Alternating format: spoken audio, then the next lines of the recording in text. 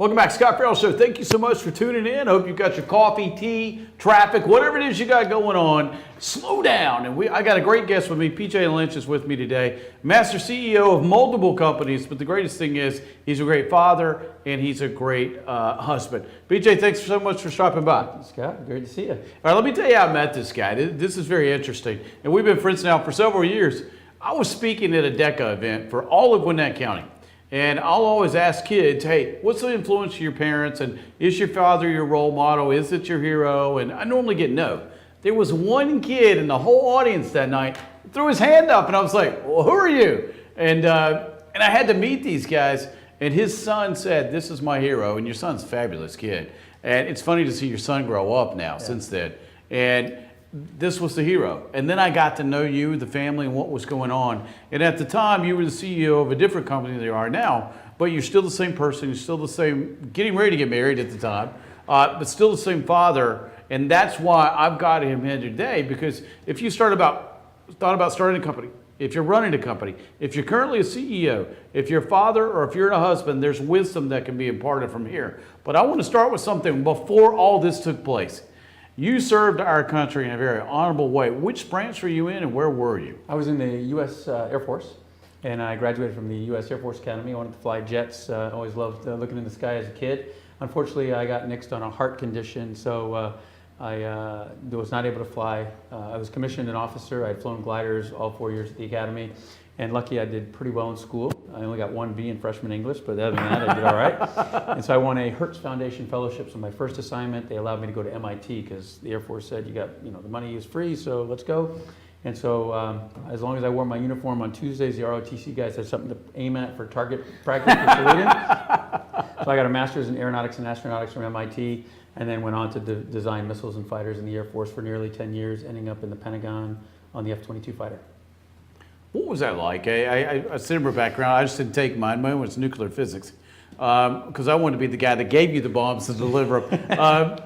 What was it like? Was it exciting? I know how fun it could be, and I'm gonna have to live through you on this one. Was it as cool as I think it was? Yeah, it is. and the amazing thing is the Air Force for me was a great formation experience. It was the business of the Air Force, a lot of high technology, and we were doing great things. I mean, we were trying to build an air-to-air missile so that you could fire it and forget, and our guys could come home. And we were trying to make that real. I remember one time I had a great mentor and leader, Ed Franklin, General Franklin, and he said, let's make it real. So we had a supplier in Waterloo, Iowa, making these warheads. Right. And we were getting cracks in the warheads, so they would fail. And we needed the people in Waterloo at Chamberlain Manufacturing to understand how important it was. So he says, let's figure out how we can do that. So we found an F-15 fighter pilot named Troy Fortman from Waterloo, Iowa. And I was out on a Friday afternoon, and I got pictures of Troy in front of his jet. And on Sunday, we sent it to the newspaper. On Sunday, we landed, and there he was meeting his grandmother. Pictures on the front page, Troy Fortman, Waterloo, Iowa, comes back to talk to Chamberlain. And my general got up there and he said, don't do it for me, don't do it for the Air Force, don't for the contract, do it for Troy Fortman. Because he's going over to Iraq and he's gonna, do Desert Storm and Desert Shield and all that, and he's gonna fire this thing, it's gotta work. My God, there wasn't a dry eye in the house, and I had pictures, we were handing out pictures of Troy in front of things, and he's autographing them, these Harley guys with tattoos. But they were now working for a purpose, purpose, a cause. It was for Troy, and they're gonna fire, and that missile's gonna work, and I learned so much from leaders like that, that it's about, motivating people to do great things. You gotta make it real. And that was just one example where that general gave me a challenge and taught me how to make it real, and he's the guy that delivered it, and I try to do the same thing in everything I do. I've got friends that went to MIT, but I've never asked them this question. What was it like being at MIT? It was tough. Because I'm a stay in the lines kind of guy. In the Air Force Academy, you get to the class and there's 42 lessons, and here's the lesson objectives. You need to do these 3 things, and you're able to define or derive and do whatever. Very, very structured. Right. You get to MIT, and the guy says, "Here's 6 books. Pick any one you want, and I'll see you this semester." I'm like, well, where's the lines? Where's the road? Where's the the autopilot signal? I'm like, holy mackerel. And for me, Scott, I was reeling from the fact that I wasn't going to fly jets. Yeah. So I was going through a difficult time in my life. And, but look, I got a hell of a backup plan I've been running, since not flying. And I'm very fortunate and, to do a bunch of cool things. So I'm not complaining. Now, do you still get to go up in jets? You still fly? Yeah, it's mostly with Delta. And, a lot of times now in the back, but I'm not typically flying. I became a flight instructor in gliders while at the academy, and so I taught kids how to fly. And I'm a little bit of a hustler, so I hustled my way into a lot of jet rides. My first one ever was an F-105 ride, dropping bombs over Fort Hood. And the way I got that ride, I never asked for it. Every day we went for the summer to Carswell Air Force Base, Texas, and every day after work, my buddy and I went to the fighter squadron and just said, hey, do you mind if we hang around and ask questions? And each day we got a little bit closer. We went, met the guys, and we went to life support, and then eventually said, you want to go out when we launch the plane? I go, that'd be cool. And eventually Major Epperson, the guy's name, he says, Lynch, I don't think you're going to leave until we give you a ride. I go, sir, that sounds like a fine idea. 2 days later, I'd been approved. He says, suit up, you've been approved. And then the next day, my buddy had been, approved, and we went up and we dropped bombs over Fort Hood, Texas. I said, oh my God, I'm going to be a fighter pilot. Wow. Now, you went to the Air Force Academy. What was that like? Outside of academics, what was it like? Very structured, amazing place, a great place to grow up. But you're doing things that kids don't get to do. You're jumping out of an airplane. My roommate threw me out of an airplane because they picked, first of all, I got a 15 out of 300 my first chemistry exam. So, my parents came out for Parents Weekend. They said, let's go to Cripple Creek with Pan Gold and have a great time. I go, look, unless I bring my chemistry book, I'm going to be home with you guys. We're going to have plenty of time to spend together, so forget it. So we end up, I buckled down, I put my head down, and I was so afraid to get thrown out. I was literally the last guy accepted the Air Force Academy. Coming out of Connecticut, all kinds of crazy things with a nomination or whatever. So I was afraid I was going home. I put my head down, and I remember going for my first grade report from the Air Officer Commanding, a guy named Major Marvin Dunlap, and I'm going down the hall at attention. Another guy comes back this way, he goes, 4-0. I go, that bastard got a 4-0. Lucky dog. And I walk in, and I reported to Major Dunlap, like, Lynch! You were horrible. You didn't get a single B. I'm standing there going, oh my God, I'm going home. He goes, you got all A's. Oh, sweet. I was that scared.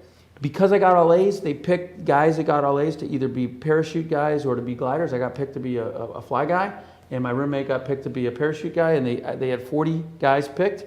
After the first class, they cut it to 20, and we became instructors. So I taught my roommate how to fly a glider when we were seniors, and he threw me out of an airplane.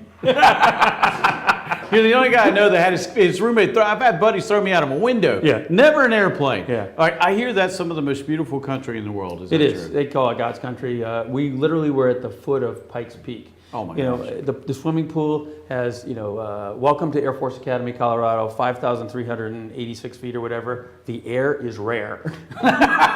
The Olympic Training Center they put out there so that, the athletes build up, the right blood, more RBCs and, red blood cells and stuff and for training. But it is a gorgeous place.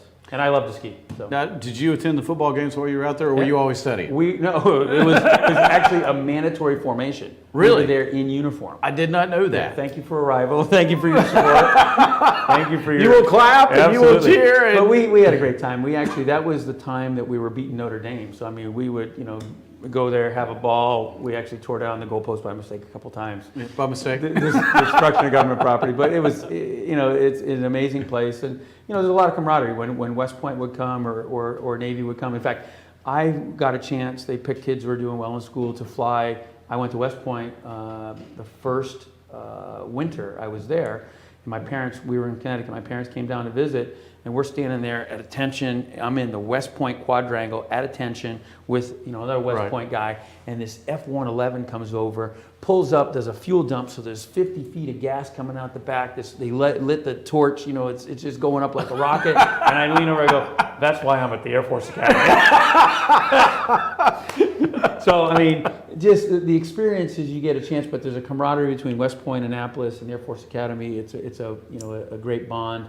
And we all either served or have served the country, and it makes you grow up, and it's a great crucible for that because there's a spiritual thing. When you're dying and you're you can't get it done. It's not just about you; it's about those guys. You don't leave someone on the field. Yeah. Winning record against Army and Navy when you were there? We did better. That's my story. I'm sticking to it. No, we would beat them. In fact, it was funny. We had exchange students, and they would repatriate them. So when the Army would come, we would march those guys across, and then they would sit with their buddies for a while. But we actually did well. We won the Commander-in-Chief's trophy a couple of years when I was there. It was all because he was in school there. Nah, it had nothing to do with it. I've had friends go to Annapolis and to West Point, and they all claim that they had the best teams. And all of you guys were there about the same time. So some of my friends aren't telling the truth. Well, but we used to have bets back and forth. So I had a roomie who came out for survival training, and he was a hockey player named John Negley. So Negs came, and we would bet on the game. So we'd be shipping him a bathrobe, or I'd be getting his lacrosse shirt, or whatever. So all that stuff would go back and forth. All right, when we get back, this is PJ Lynch, CEO extraordinaire. Great stories of what it took to get to where he is now. But we're going to talk CEO-ship. Now, after that, we're going to talk being a husband and father. And then I'm going to let him be part of the mailbag, and I'm going to put him on the spot to answer some questions. All that and more when we get right back.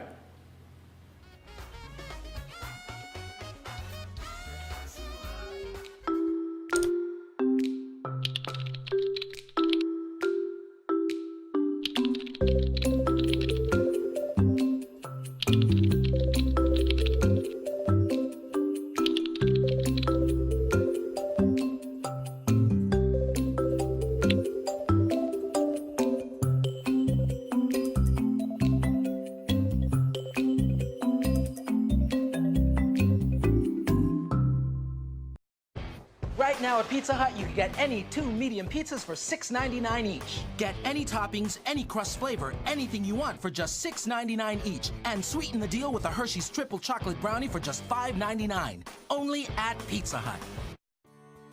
North Georgia Diamond is your source for diamonds. Come on in to view the area's largest selection of fine jewelry at North Georgia Diamond. All repairs and designs are done on site by our jewelers. And North Georgia Diamond has the lowest prices on loose diamonds. You can also sell your gold, silver, and coins at North Georgia Diamond between Walmart and Lowe's in East Ellijay. Locally owned by Bill and Allison Craig, North Georgia Diamond is your source for diamonds in North Georgia.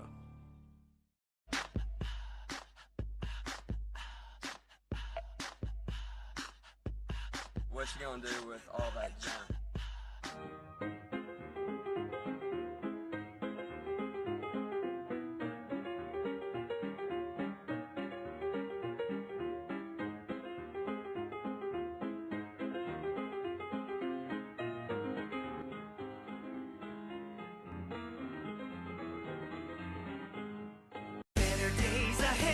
The summer sell-down is on at Days Chevrolet in Jasper with huge savings up to 16% off MSRP. Save over $4,100 off Malibu Limited, now just $19,500. Save $9,500 on loaded Silverado Crew Cab LT, now only $38,700. Save up to 16% off MSRP on select new Chevys in stock during the summer sell-down. Going on now at Days Chevrolet in Jasper. Better days ahead, Days Chevrolet. Find new roads.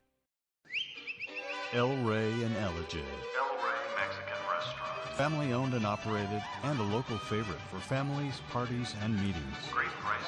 Friendly service and delicious Mexican cuisine. Patio dining available. Come sing in Carlos's Cantina every Friday 9 to 1. Eat in or take away. Same location for 14 years. Open 7 days at the corner of Maddox Drive and 515.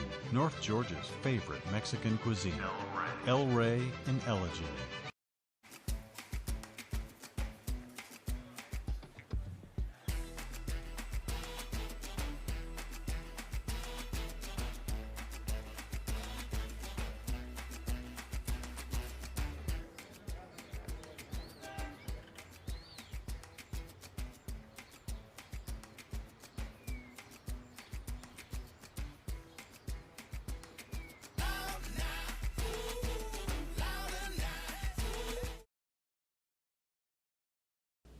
I'm Sheriff Dane Kirby, and I'll stand up for you. I'm Stacy Nicholson, Sheriff of Gilmer County, and I will stand up for you. Stand up and speak out. No matter how rich, cool, talented you believe yourself to be, how you treat people ultimately tells all. I am Allison Sosby, District Attorney, and I'll stand up for you.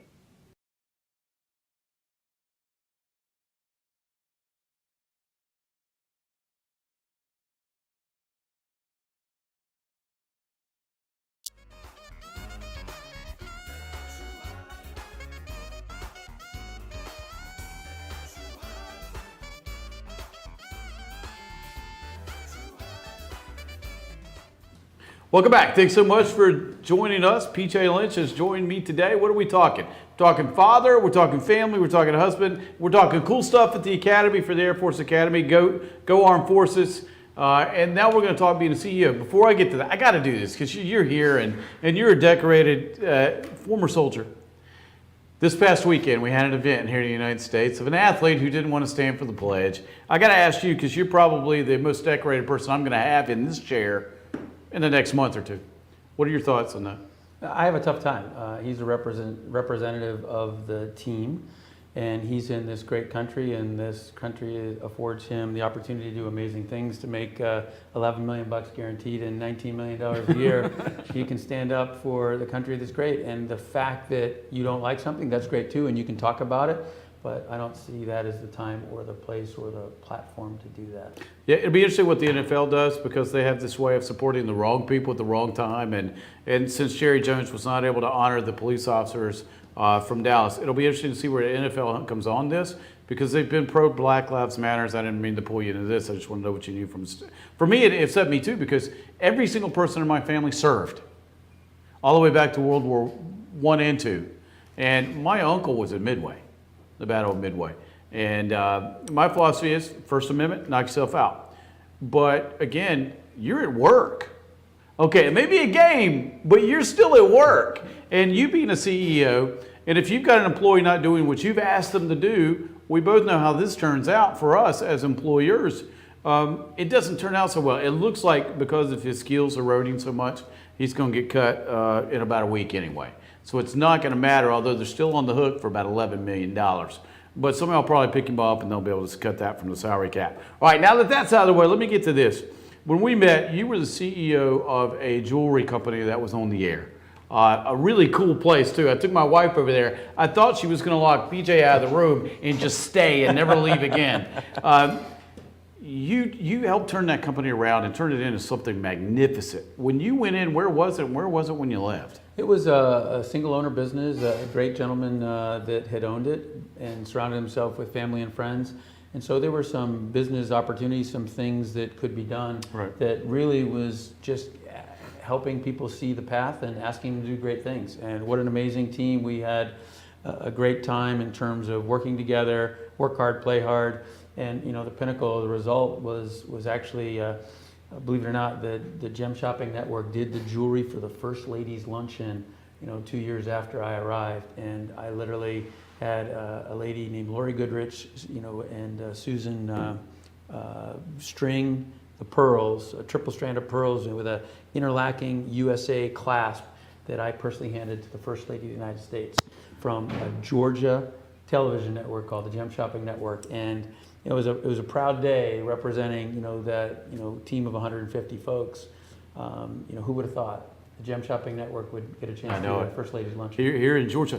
Now, was that the first time you'd been in that area? Because you'd already had you had been at MIT, etc. Yeah. Had you ever been over there, or was that your first to the White House and to? No, I worked in the Pentagon, so but I had not been. Turns out the First Lady's Luncheon is put on by the members of Congress, the Congressional Wives Club, and that year was Congressman Gingri's wife, Billy, was doing the lunch. So she was trying to showcase Georgia products, and fortunately was connected to some of the team there, and we had a chance to do that. And they actually held it at the Washington Hilton, so it's not actually at the White House. And they have 2,000 of her closest friends attend. And I had worked to deliver a pearl and agate necklace to each and every one of the guests. And even more importantly, I had a chance, it was right before Mother's Day weekend, and my VP and I gave, and my Director of Operations, Colin and Claude, and I gave each of our employees one of those for each employee. So they had one, and the people that attended the White House luncheon, and those are the only people. And it was a chance for, if it was a guy, they could give it to their mom. If it was the guy, they'd give it to wife. If it was the wife, they could keep it. But, they were all part of it. It was a real team win. And, I gave them a personal note thanking them for everything they'd done. And it was really symbolic of the accomplishments that we'd done in terms of growing the company. When I came to tour your facility, now I've been to Zappos, I've been to all of them, and SAS. SAS is still the gold standard RTP. But when I came to your company, what I saw was, it's what I saw from a CEO. They had fun. They had great coffee too, though. You had great coffee. But the employees, I didn't meet any, and he didn't have any restrictions on the employees. They all loved working there. They were all happy to come to work. And there was one situation where you guys ended up and could not go home. Oh, yeah. How many days was it y'all couldn't go home? I think it was about 4. It was during that ice storm. Yeah. And there was sort of 2 that hit in a row. The first one caught us off guard, and I was in Tampa by mistake. I sort of thought I was clever because I got onto a jet right before the snow hit, saying, "Oh, this is great." And then I couldn't, my right hand and I, Colin and I, couldn't get back. So we rented the only 4-wheel drive we could find in Tampa and drove all the way back. But the next one, I rented a 4-wheel drive 2 days before. And Samara made spaghetti, and I was the shuttle pilot driving people in and out. And by that time, we had purchased air mattresses and things, and we, hunkered down. And it was kind of a team building thing, and it just shows what great people can do. And we stayed on the air. We're 24 hours a day, and we stayed on the air and sold a lot of jewelry and had a lot of fun. And Samara made great spaghetti. Yeah, I can imagine. Now, when you meet his employees, these people would do anything for him. And the great thing about you being a CEO, they knew whatever you said was true. Now, was something you got from mom, dad, a general, or it was just innate in you? I think it's a mixture. I had great leaders in the Air Force that mentored me. I was fortunate that they would say, let's give Lynch a try. The last 2 guys have died. How bad can he be? General Franklin called me his junkyard dog. It was that kind of thing where, I was never the smartest guy. I just had to try harder. And I was willing to try harder, and I have a pretty sustainable energy function. So I just keep digging and going. And so when I am at work, I try and not ask someone to do something I wouldn't do. So I remember as a consultant before joining as CEO, I was, after each show we had to pack up the jewelry, and I said, can you mind if I come by and, help? And so I started packing up jewelry. He says, I thought you were just going to watch and use a clipboard or something. I go, no, I'm down on my knees packing up jewelry. Because I was like, this seems hard. Maybe if we had RFID and we could, figure out how to scan it differently and count it and that sort of thing. So I find if you walk in their shoes, you can figure it out. I sat in the chair and I go, these chairs stink. So we bought new chairs. I mean, if you're sitting there for 24 hours a day selling jewelry, let's do it. Let's align the objectives. If we can put in place an incentive plan that when something's sold, the company does well, the individual does well, that's a great thing. And Right. And so the owner was supportive of that, and we eventually did that, and we blew the roof off the place. Yeah, I never imagined how difficult it could be to sell jewelry till I sat, because I always watched the stage. I watched your channel. My wife really did. And once I saw your people having to do that and keep their hands still, and I was like, that takes some skill. And you had some very talented people working for you. Yeah, it was a great team. A lot of talent and a unique industry. And I love the jewelry industry, and that's how I met my wife Samara, through the jewelry industry. So. And she's on the other side, right? She's designing. She's a et cetera. designer and a private jeweler. So if there's that special lady you want, a one-of-a-kind piece, specifically made, not, hey, I got it on Zales on sale. It's an engagement, an anniversary, a graduation. She'll create something. If she can, she'll meet the person. If not, she'll get pictures and understand and really think about the style. And she's very, very talented and just loves it and is great at it. Now, when we get back, I want to talk about how the two of y'all met, how the dream team came together. Now, as we go to break, we've got about a minute left. You've transitioned to a new company. What's the name of the new company? Focal Point K-12. And their specialty is? We're in education technology, and we're trying to enable a scientific approach to improving school district academic performance for about the cost of a Starbucks per student per semester. It was funny, when he got involved with the company, he called me, and he said, come over here, look at this. And I've seen just about every educational software out there. And my best friend from college, we're still very close. Her husband heads up a lot of the Virginia area. And I was like, okay, I'll watch it. When I was done, it was the best stuff I had ever seen. Without a shadow of a doubt, I knew it'd be good. I didn't know it was going to be that good. And so I started calling everybody I knew. You've got to buy this software, and it's the best. We're going to hit that software when we get back. Also, we're going to hear about how the two lovebirds met and what they've been able to do as the dream team or the Wonder Twins together since. We'll be right back.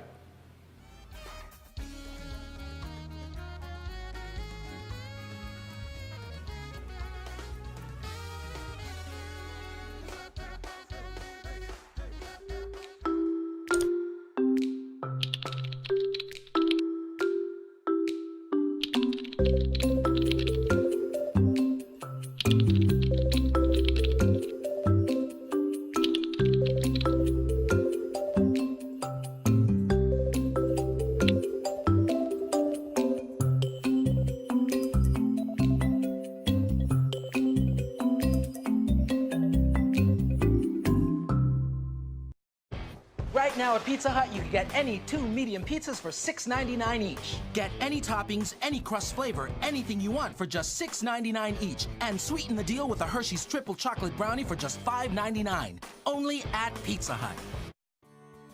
North Georgia Diamond is your source for diamonds. Come on in to view the area's largest selection of fine jewelry at North Georgia Diamond.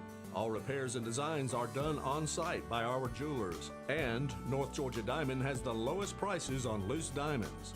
You can also sell your gold, silver, and coins at North Georgia Diamond between Walmart and Lowe's in East Ellijay.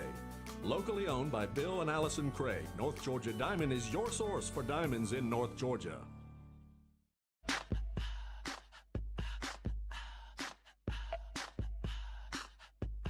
What you gonna do with all that junk?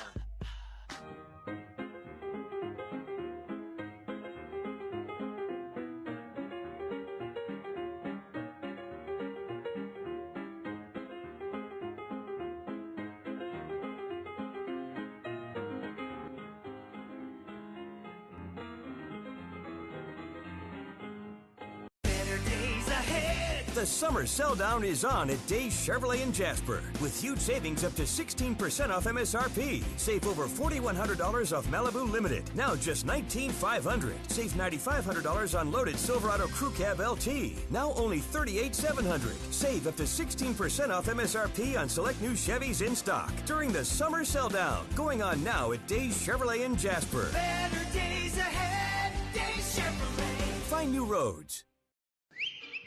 El Rey in Ellijay. El Rey Mexican Restaurant. Family owned and operated and a local favorite for families, parties, and meetings. Great prices. Friendly service and delicious Mexican cuisine. Patio dining available. Come sing in Carlos's Cantina every Friday 9 to 1. Eat in or take away. Same location for 14 years. Open 7 days at the corner of Maddox Drive and 515. North Georgia's favorite Mexican cuisine. El Rey in Ellijay.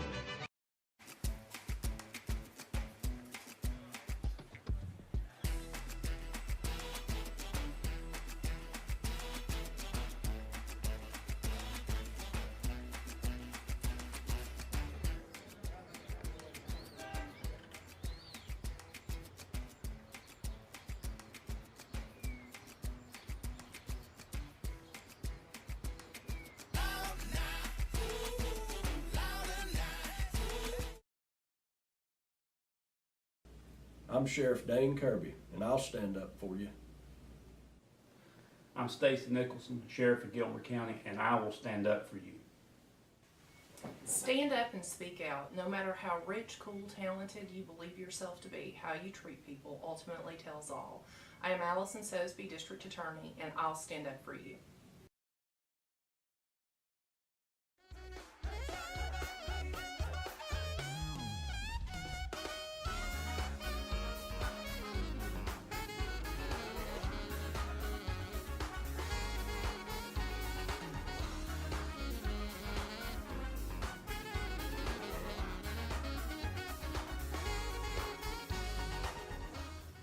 Welcome back. Thank you so much for viewing us. PJ Lynch has stopped by, kind enough to hang out with me today. Go by my Facebook page. There's a magazine cover of PJ and his wife on y'all's wedding day, right?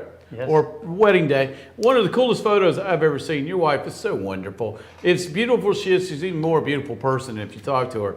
But they're on the cover of Southern Seasons magazine. What month was that? I can't read it. It was, I think, fall of 2015. It was fall of last year. Okay, because it's 4 seasons, right? Yeah. Fall. Okay. It might have been summer. Yeah. Summer. Southern Seasons, cool magazine. You're now the second or third person I know on the cover. You're the most recent, though. What was it like? They come to you guys and say, "All right, we're doing your wedding. Will you be on the cover of a magazine?" Not at all. It didn't happen like that at all. I am very close with, Samara and I are very close with a lady named Martha Todd, who's the chairman of the board for the Peachtree Christian Hospice. So I've been working with that charity for many, many years. And Martha was a very close friend and was at the wedding, was in our house. It was a very small wedding, only 50 people. And she said, you know, PJ and Samara, this is such a beautiful wedding. Do you mind if I just, give a photo to one of my editor friends? And I thought, they were buddies, and there might be a little picture in the back of the magazine, said, sometimes cited here or whatever. And we got this call from Martha. All the family was up vacationing in Cape Cod, not last summer, but the summer before. And Martha's like, oh my God, they loved it. And not only do they love it, there's this huge spread, and you're on the cover. I'm like, what? So Martha shows up with, a stack of these magazines. I'm like, oh my God. And, tomorrow was beautiful, and I look okay next to her. I look great next to her. Yeah, but, I figured they called you and go, man, you're so good looking, we got to have you on the cover. But inside, there's a photo that says weddings, and that's us at the front door, and then there's 4 more pages with our family, and it was getting married just tomorrow was beautiful, and it's been great, and that was really commemorated it in a very special way. Unexpected, we had no idea, and the photographer Mike Moreland did a great job capturing the day, and then the magazine, Eileen, the editor, was kind enough and Martha was kind enough to send it to Eileen, and Eileen was kind enough to grace the cover and give us 5 beautiful pages inside. Yeah, it is beautiful. What was the location? Where'd y'all get married? At our house. We live in Forsyth County. It's beautiful. Yeah, that's our backyard. Wow. So great photo. Go by Facebook. Check that photo out. It's posted on my page today. So if you've ever wanted to be in Southern Seasons magazines, you got to look as good as he does. Actually, you got to look as good as she does. There you go. But I'm going to make him feel good. All right, let's get to where you are now. Focal Point 12. One of the coolest softwares I've ever seen. What tweaked your interest to be involved with this project? Fortunately, I had a lot of great choices, but the thing that I was very passionate about is it's doing a great thing. The co-founders, Greg Newcomb and Kieran Athota, are amazing guys who have a passion for technology and education. And Greg's kids and my daughter used to dance together. So I used to MC the dance practice shows, and Greg was my stagehand sweeping the thing. And we would travel with the kids when they go to the competitions, and Greg was always the guy in the back of the room lighting up the back of the theater with his laptop up, banging away. He says, I'm doing this education project for the state of Georgia, but when I'm done, I'm going to change the world. And, we lost touch with each other after my daughter graduated and things, and 2 years ago, he called me and says, I did it. You did what? I go, I'm changing the world. It's like, the good news is I caught the truck. The bad news is, oh my God, I caught the truck. Could you come help? And I came and looked at it. I met Kieran, and he's fantastic. And they asked me to join, so I consulted with them for a period of time, and then they asked if I would step up to be the CEO. And, Scott, it's a great opportunity to enable teachers, parents, and students to do the things they want to do, and administrators. The software doesn't do any magic. What it does is it helps in an efficient way parents, students, and teachers to collaborate and work and see things. So instead of painting all kids with the same academic brush, 26 kids get the same lesson. Yeah, you get the same lesson, but also through assessments, our third-party linked assessments, we understand where each student is by grade level, by academic standard, and then we automatically link over 50,000 digital curated resources directly to that.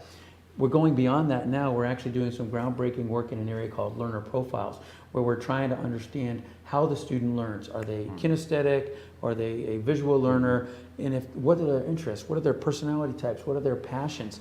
If you have a kid that's into sports and you're trying to bang a word problem, so if the car drives this way and then turns around and then the guy gets out and he walks this way, how many nuggets did he eat and what was the cost of the chicken McNuggets? You're like, what? Versus, if we knew, it's called learner profile, how you meet a kid where they are. If we knew that he had an interest in sports, maybe the word problem would be around sporting statistics or game theory or what some other thing. So that when we are trying to work with now the digital publishers, the text publishers, to try and, instead of regular tagging, enhanced meta tags where we can actually understand and serve those to the student. And that's really a groundbreaking research, and we hope to be at the forefront of that. And again, it's not magic. It's really enabling the teachers to do what they normally do. My daughter Tatiana has a teacher that last week, she says, I'm going to meet the student where they are. That's the idea. And how do you make that scalable? How do you make that easier? Because not every teacher is great enough to do that. They want to do that, but you run out of time in the day. You know that.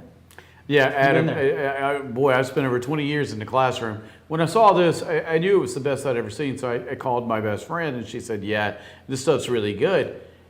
It was, when I was in the classroom, I had certain areas where you had to meet me, but those surround around maintenance of the classroom, how you acted, what you did. And then because I have dyslexia and school was a struggle for me, I definitely understood what it was like to be able to implement something for a kid who just didn't get it. Now, you've also got a really good team. You went out and got someone, Nathan. Yep. Nathan was assistant principal Yep, with one of the counties. Yep, he's been a middle school principal and taught a middle school teacher before that. So he brings, Dr. Nathan Beal brings the educational expertise. He's a great guy, very effective in terms of speaking the education language. And then, when we need the electron spinning, we got Greg and we got Karen and we got a team of, behind them that are even better magicians. But it's a nice mix because you really need that educational theory. He's got a doctorate in learning, and we try and be very thoughtful. But again, we're trying to enable these research practices. We're not teaching people how to teach. There's a gentleman named Dr. John Hattie out of New Zealand that's done a meta study of all the studies on what's the most important thing. How do you improve learning? And one of the key things that's come out of that is when students can see where they are and choose to be part of that, you actually they call it visible learning. You can actually get 2.5 years of output for every year of input. And our software, the Focal Point K-12 platform, actually enables this visible learning. So we're very excited about that. Is there a county now that's already got everything fully implemented and is rocking and rolling? Yeah, we're rolled out actually across the state of Rhode Island, and that was our cornerstone customer. So just this year have we actually packaged it for districts. So we were previously operating at the state level, and now we're transitioning to districts. So we're in discussions with a number of districts, and we're starting to deploy in Tennessee and Georgia. But we're anxious to talk to others. We're in discussions, and we just won the state of Maine as well. And we hope to be, we were named a finalist in the state of Alabama. So we're still doing state work, but now we're trying to go district by district. So we're looking, any districts, we're ready to come by and say hello. How can people get in touch with you? PJ Lynch at focalpointk12.com or just on the website focalpointk12.com. And there's ask for a demo or send a note, and we'd be love to talk to anyone. I can speak for this software. Ask for the demo. It's really cool because I went in and everybody's around the table, kind of like this one, and they're like, all right, get ready. And when I saw it, I leaned over to my wife and I went, this is the best stuff I've ever seen. And my thing was, I wish I would have had this when I was teaching, because I've taught in so many different counties. I taught back when you had the printing machine with the blue powder. When you had to decipher all the grades. You got 150 grades and you're doing them by hand with a calculator. Back in the days when I still had chalkboards, and the chalk was this big and this big around. And banging the erasers. Yes, and you always gave that to the kids you just wanted out of class. So go bang the erasers for a while. So now you fast forward to this. You want to get a demo. It's Focal Point K12.com. Go by, set up an appointment. Nathan does a lot of the appointments, right? Nathan does a flawless job of letting you know why this software will work for your county. I can speak to it. Again, you're talking to a guy that was 20 years plus in the classroom, and all of his friends are still there. Every single person I've talked to thought this was a great idea, not just a good idea. All right, when we get back from the break, I want to go into what it truly makes to make a great CEO. And I know what you've done at this company. I went over to Focal Point. It was so much fun just being around you guys, because y'all have an open area to where it's freedom thinking. Because you're one of these guys who thinks, if it's a good idea, I don't care who it came from, let's just make sure we implement it. I'm a whiteboard guy. It's all whiteboards. And I'm a whiteboard guy. And my thought is, I'll have 3 people Skyped at the same time from around the world, and I'll have the whiteboard, and they'll tell me what to write, and we'll write it down together. Because my friend Erin Saxton does it with me. Erin used to be the producer of The View, and now she handles Jack Canfield, Bob Proctor, and those guys. But we're always whiteboard guys. So, hey, whiteboard people, it's okay. It works. Free thought is not a bad thing. All right, we get back. PJ Lynch is going to stay with me one more round, and we're going to get into what it truly makes to be a great CEO and make the people that work for you still want to come back. We'll be right back.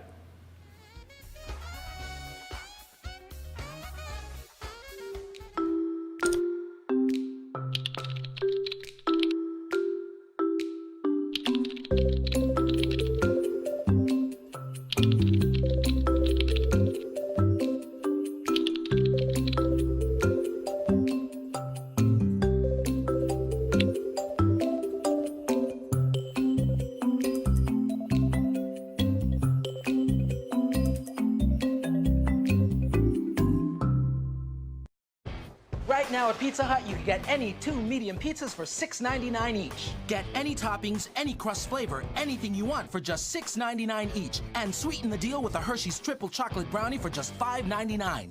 Only at Pizza Hut. North Georgia Diamond is your source for diamonds. Come on in to view the area's largest selection of fine jewelry at North Georgia Diamond. All repairs and designs are done on site by our jewelers. And North Georgia Diamond has the lowest prices on loose diamonds. You can also sell your gold, silver, and coins at North Georgia Diamond between Walmart and Lowe's in East LJ. Locally owned by Bill and Allison Craig, North Georgia Diamond is your source for diamonds in North Georgia.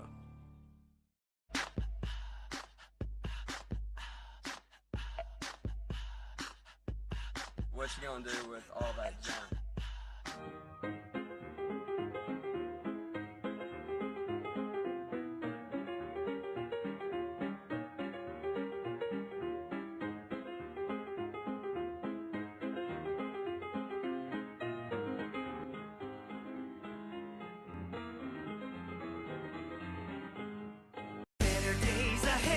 The summer sell down is on at Days Chevrolet in Jasper with huge savings up to 16% off MSRP. Save over $4,100 off Malibu Limited. Now just $19,500. Save $9,500 on loaded Silverado Crew Cab LT. Now only $38,700. Save up to 16% off MSRP on select new Chevys in stock during the summer sell down. Going on now at Days Chevrolet in Jasper. Better days ahead, Days Chevrolet. Find new roads. El Rey and Ellijay. El Rey Mexican Restaurant. Family owned and operated and a local favorite for families, parties, and meetings. Great prices. Friendly service and delicious Mexican cuisine. Patio dining available. Come sing in Carlos's Cantina every Friday 9 to 1. Eat in or take away. Same location for 14 years. Open 7 days at the corner of Maddox Drive and 515. North Georgia's favorite Mexican cuisine. El Rey and Ellijay.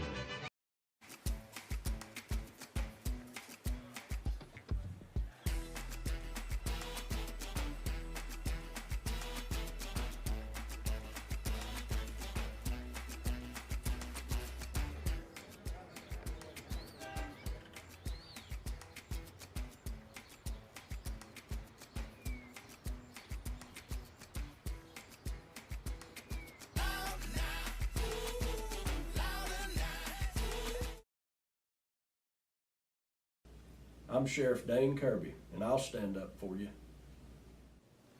I'm Stacy Nicholson, Sheriff of Gilmer County, and I will stand up for you. Stand up and speak out. No matter how rich, cool, talented you believe yourself to be, how you treat people ultimately tells all. I am Allison Sosby, District Attorney, and I'll stand up for you.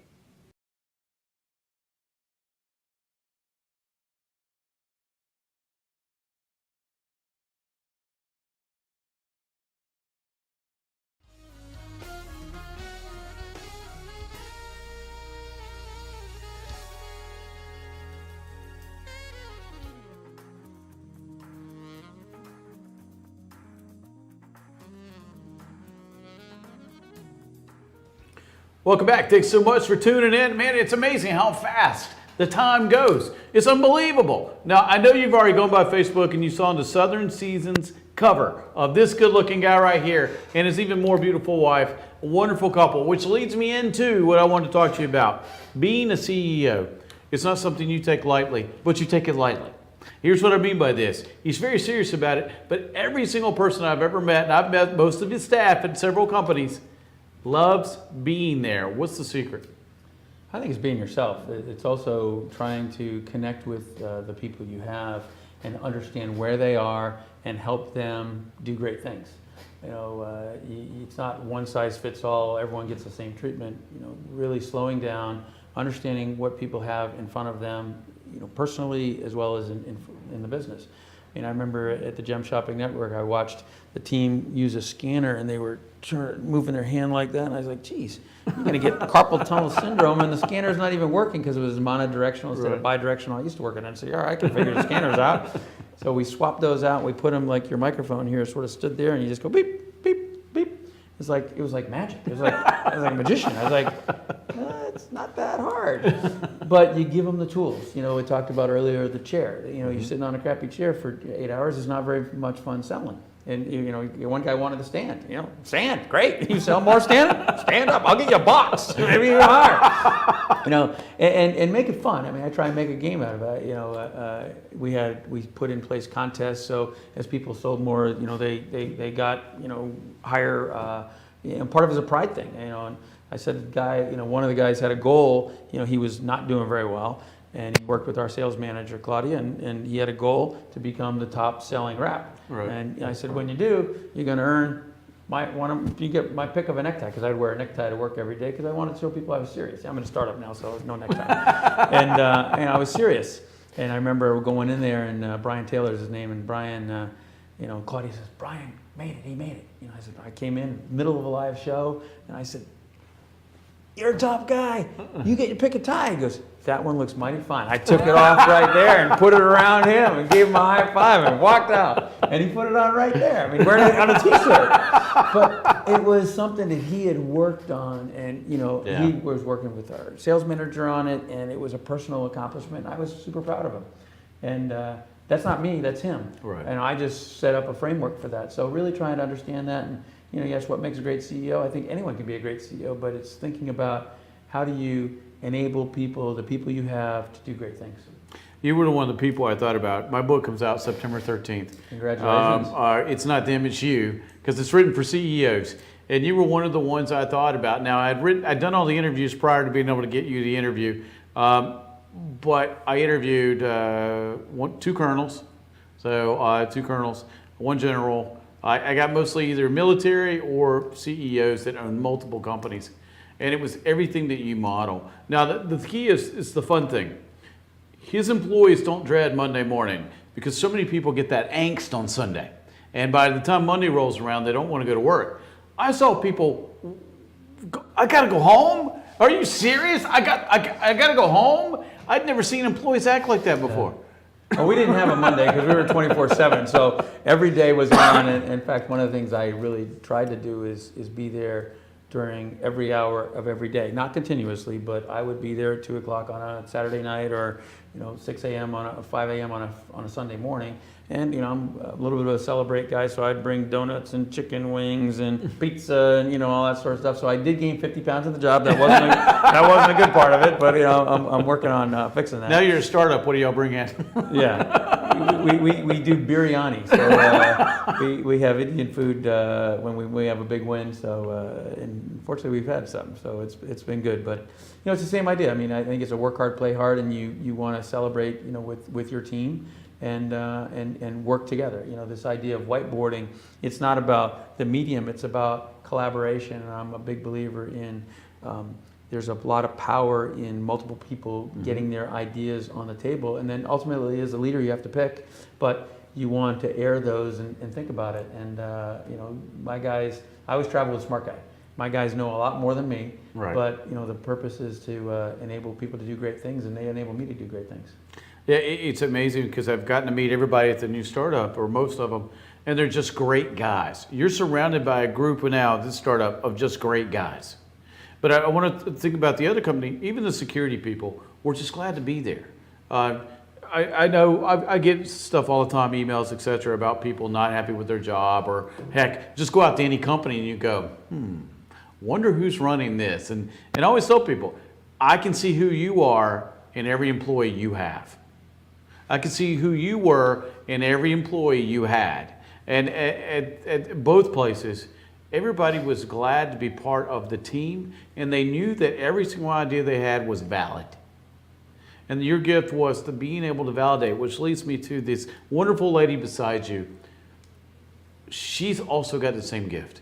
And it's funny that the two of you guys are together, and she's such a wonderful human being, and you both are in the jewelry business. Now, what's it like being married to Miss Wonderful?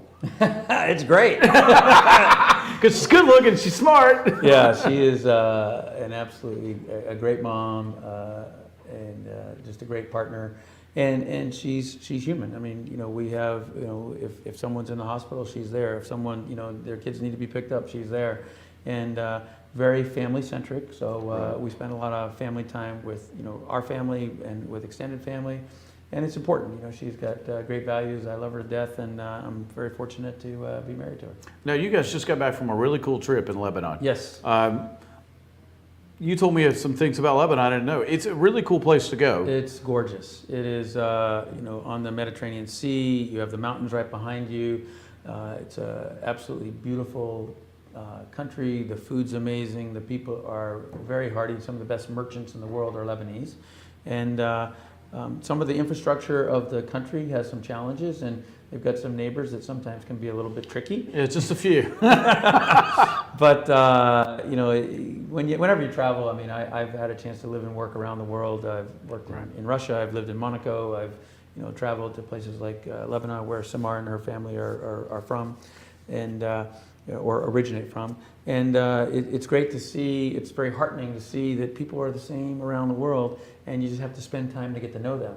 People prejudge, oh, Lebanon, that's a disaster, because what you hear on the news. It's actually, I've had some of the fanciest meals, most beautiful relationships, most amazing things happen there when I've lived and worked in lots of places around the world. So who would have thought in Lebanon?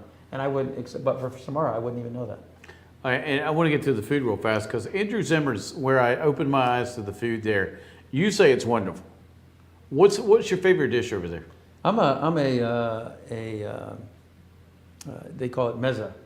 It's everything. It's not just one. No, it's a process. The meal is a process, and it comes. I do like the mixed grill where it's like the kebabs and things. I love those. But everything's fresh. I'm not so much a fish guy, but my wife Samara loves the fish, and I mean literally, we have a friend Jean Demar and Halil Habez, and they will get the fish from the Tripoli fish market, and they send pictures of it, and then you see the thing flapping, and the next minute it's a few hours later it's there, and there's champagne, and we're cooking, and it's a process, and we very fortunate. Sam's have a great set of friends and relationships who they've sort of a little bit adopted me, and we enjoy our time there very much. Now, you've been all over the world. What's one of your favorite places that you lived? I try and make every place a special place. I think people sometimes, it's like, they're in New York, they want to be in LA, they're in LA, they want to be in wherever. Life's about, surrounding yourself with the people and the friends and making the best of everything. So, I've lived in Monaco, and that was cool, but some of the people weren't real. In Lebanon, I would live there, and people would go, how could you live there? The electricity goes out. I go, who cares? I mean, you figure it out. Atlanta has a lot of great things, but also you're on, 285 with 1,000 of your closest friends. I mean, at a standstill. You could be there for an hour. But that's when you put the car on autopilot and don't worry about it. And but I think it's about making the best of where you are. And when the kids are all off in school, Samara and I will decide where we want to live around the world, and we may not be able to pick. So we may have a place in Lebanon, a place in San Diego, a place in Atlanta, and a place to be named. That's okay. All right, I've been watching the Food Network a lot, so I'm going to ask you this, because last night I was watching my favorite dish. If you could go one place anywhere in the world, what would that favorite dish be? Dish? Yeah. I'm a lobster guy. I'm a New England lobster guy, so I really enjoy. I'm a steak and lobster guy. So typically it's a New England thing, but again, it's about, to me, it's not about eating. It's about the family and friends you're sharing that with. It's just like when I was, skiing. I've never skied alone. I only ski with someone. Because it's a participation thing. It's about the relationship. It's about spending time, and eating. Just think about eating a meal alone. It's not the same. You want to eat with someone. Yes, I know what that's like. Those days when you're a road warrior and you're on a road alone. And you go in, you just get to where you go up to the bar. Absolutely. I would sit at the bar because you're eating with someone. And you've got the TV, so you got the ball game on, and you got the bartender. Yeah. And sometimes you get a crazy guy or gal next to you or whatever, but I would do the same thing, because sitting at a table alone, it's almost embarrassing. It's awkward. I never sat alone, Yeah. and I always sat at the bar. And I had the same, 8, 12 cities I had to go to. So I got to know people at the bar. So they'd be like, what day are you going to be back? We'll make sure we fix you this. Yeah. Special. And they look for you. And then all the other road warriors that travel, well, you end up having 5 and 6 friends in every city that meets you. Yeah. Hey man, I'll see you there in about 30 days. Yeah. What time you coming by to eat? That's fine. So I used to, I was living in Monaco and I was doing my MBA back in Philly. So I flew back every other weekend to Philadelphia. And I was I did a distance commuting thing. And so I saw guys like that on the jet. And fortunately, I was studying for this MBA thing. So one of the guys was economics, had an economics degree. So I'd be downstairs, I'd go down from my seat and go down and go, hey, I got a macro question. But it's fun when you do stuff like that. So you meet people from all around the world. Oh yeah, the plane thing too. You get to where you see the same guys. Absolutely. Because if you leave Atlanta at Monday morning or Sunday night, everybody's flying back together on Friday afternoon. Yep. It's a bus. It really is. And you see them in the airport. It really is. All right, as we go out, advice for a young guy, let's say he's 22, just got out of college, what would you tell him? Do something you love. Work your fanny off. Don't just show up. Don't say, where's my stuff? Make it happen. It's not about you, it's about the business. It's about you make people money, you save people money, things are going to work out. You try harder, you work hard, you think about your customer, you think about the business, you'll go far. But if it's about you, you're a knucklehead. Very simple instructions. All right, so we close this out. I'm going to close out the way I do every single time, and I know he supports this. If you got somebody that loves you and you love them, what are you waiting on? Let them know. All 5 senses every day. If you hit those 5 senses, they don't question your motives, and they definitely don't question your love. Hey, I'll be back tomorrow with even great guests, but not better than this one, because this one's one of the best I've ever had. For PJ Lynch, focalpointk12.org. .com. Focalpointk12.org.com. God, it's stuck in my head. All right, let me do this again. Focalpointk12.com. You want to invest in software. It will be one of the best things that ever happened to your school district. Until tomorrow, take care.